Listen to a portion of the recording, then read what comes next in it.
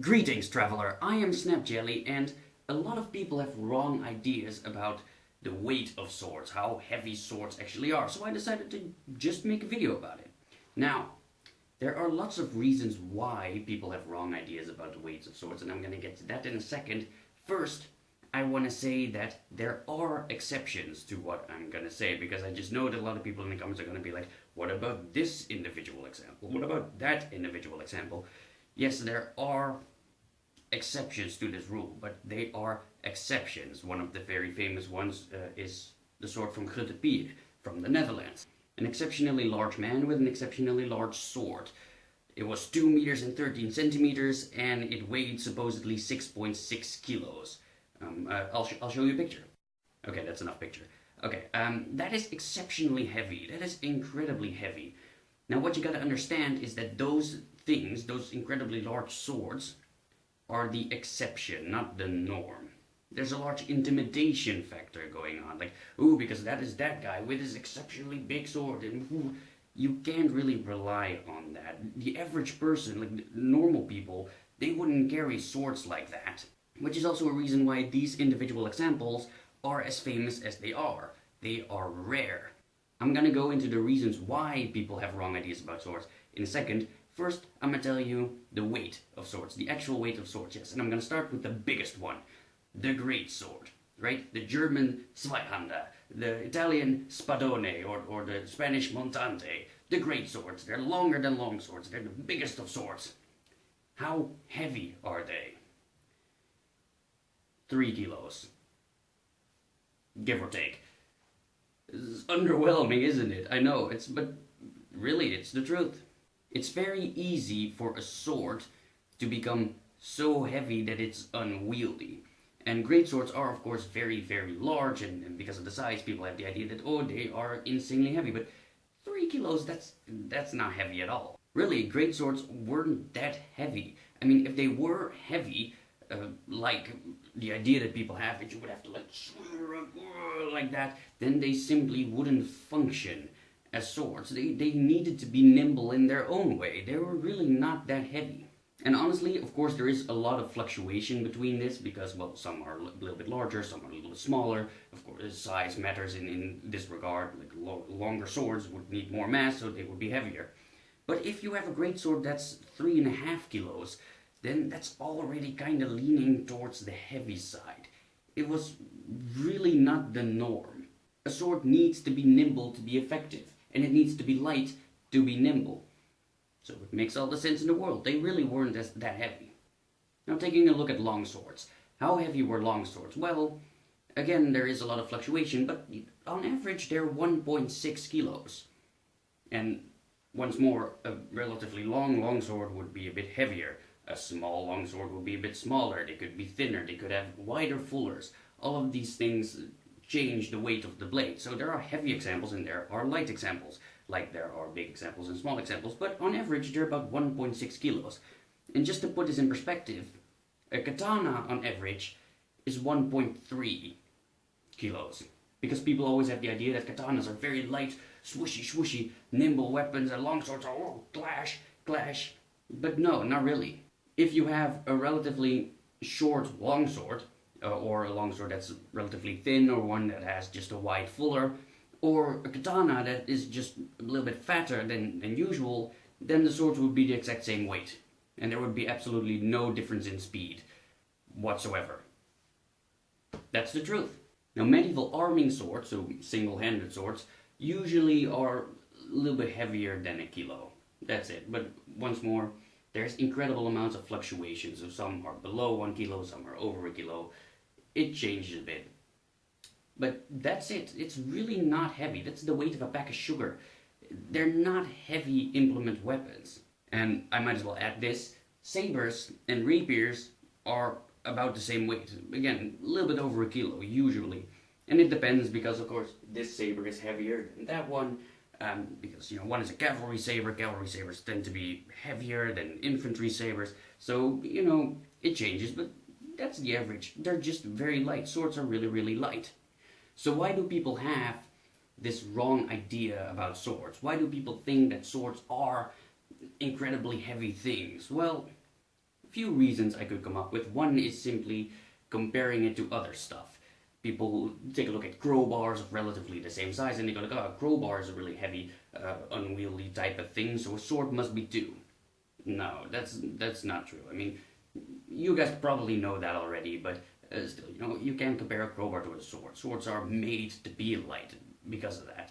You can't wield a crowbar like a sword. It's not gonna work. Another thing that seems very, very likely to me is that people simply get the wrong idea because of point of balance. Yes, look at this. The point of balance, a lot of people believe that it's all in the handle and that the pommel is a counterweight. Now usually that's not the case. And the point of balance is somewhat away from the handle. On this example it's a bit far away, so it's a sword that's primarily designed for cutting. It's about here, right? That's where the center of mass is, right here. So, lifting a weight that's the same weight as a sword is lighter, feels lighter, than lifting the sword. It would be the same as tying that weight, like a dumbbell, to the end of a stick and then lifting it. It's harder that way. If you were to hold a sword by its center of mass, it's not heavy at all. But if you hold it here, it's gonna push down there, so you need to get used to it. And a lot of people, that's also a thing that I should know now I think about it, holding a sword requires muscles that most people don't train, right? It requires your forearm muscles and your deltoids primarily, and well, forearms. Some people train those. But your deltoids, you don't really use them for much. You use them when you lift things far away from your body. So if you lift things like this, you use your deltoids. Like this, you use your biceps, but this way you use your deltoids. You never lift things like your Minecraft Steve. It doesn't happen that often. So deltoids are really weak. This makes people think that swords are very, very heavy. And just giving you another example, comparing it to this, right? Which one of these swords looks the heaviest? Alright, if you said this one, you're a liar. But in all honesty, this one is heavier, but just a tiny, tiny bit. Although if you would feel the two, you would definitely say that this one is heavier because it feels a lot heavier. Why? Well, because this one is balanced differently. Not specifically better, just differently. This weapon is balanced in a way so that it amplifies the cut. And now you might say, well, Jelly, this is a saber. Of course it amplifies the cut. Yeah, but in a different way. I mean, this one is made to give speed to a cut, and this one is not. This one is made to give power to a cut. So, there you go. It again changes the way it feels, but not the actual weight. Now, another thing is comparing functional swords to decorative swords. I mean, a lot of antique swords out there are decorative, and they may be antique, but they were already decorative back in the day. You see, if you have a sword with a crossguard, like this one, you have a sword that looks like this, and it's supposedly antique, well, I suppose that you're rich. Because they are old as fuck, so they never ever happen. If you can actually find one in the market, then it is worth thousands and thousands of dollars, unless it is and was a decorative sword. There are quite a bit of those left. I have a few antique swords, but as you can see, they're usually all saber type weapons, because, you know, medieval swords, this is a really long time ago, all of those swords corroded, so if you want one that's in decent state, it is worth a lot of money, and I'm a poor motherfucker. Well, I'm a YouTuber, for Christ's sake. Please don't use adblock, you're killing me. So the thing is, more often than not, when Grandpa has a sword in his attic or something like that, it's a decorative sword. Now, decorative swords, of course, were not used, so they weren't balanced properly. If it's a ceremonial sword, for example, there's a large chance that they put extra mass in there, simply so that it doesn't break as lightly. So there you go, they're heavier. They don't need to be light, so they weren't specifically made to be light. They only needed to be relatively in the shape of a sword. And they are heavier than actual functional swords. That's another reason. And lastly, I want to add is people just remembering it wrong.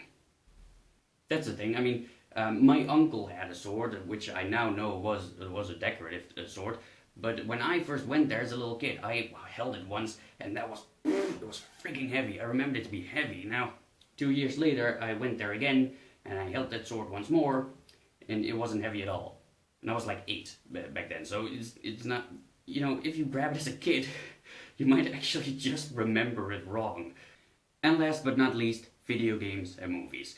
I mean, especially movies, because video games are understandable because they need to be relatively slow so that you can see what's going on. But movies, you know, they like to make swords look heavy for some reason. And personally, I don't really get that because I think it's way cooler if a fight is actually, you know, quick and well choreographed. You know, I think that's way cooler than the heavy like thwacky things that movies tend to do. But you know, people get information from there, and they think that it's right because the movie must have done their research. So there you go. That's the thing. If you're still watching, I have a surprise for you because you can now win a free Ferrari. All you have to do is like this video, subscribe, and turn notifications on by clicking that little bell, and you have a chance of winning a free Ferrari. Well, it's not a bigger chance than you already had. I mean, like I'm not giving away a free Ferrari, but you know, maybe someone is. I mean, technically, in all the possibilities in things happening in the universe, like there is a chance that you get a free Ferrari. Just, you know, like the chance doesn't increase if you do those things. But you know, I would still appreciate it. You would still have the chance. It's an incredibly small chance, but you know, there is a chance. So you can do those things, and I love you forever. And thank you for joining my quest, and I hope you'll join me in the next one. Bye, guys.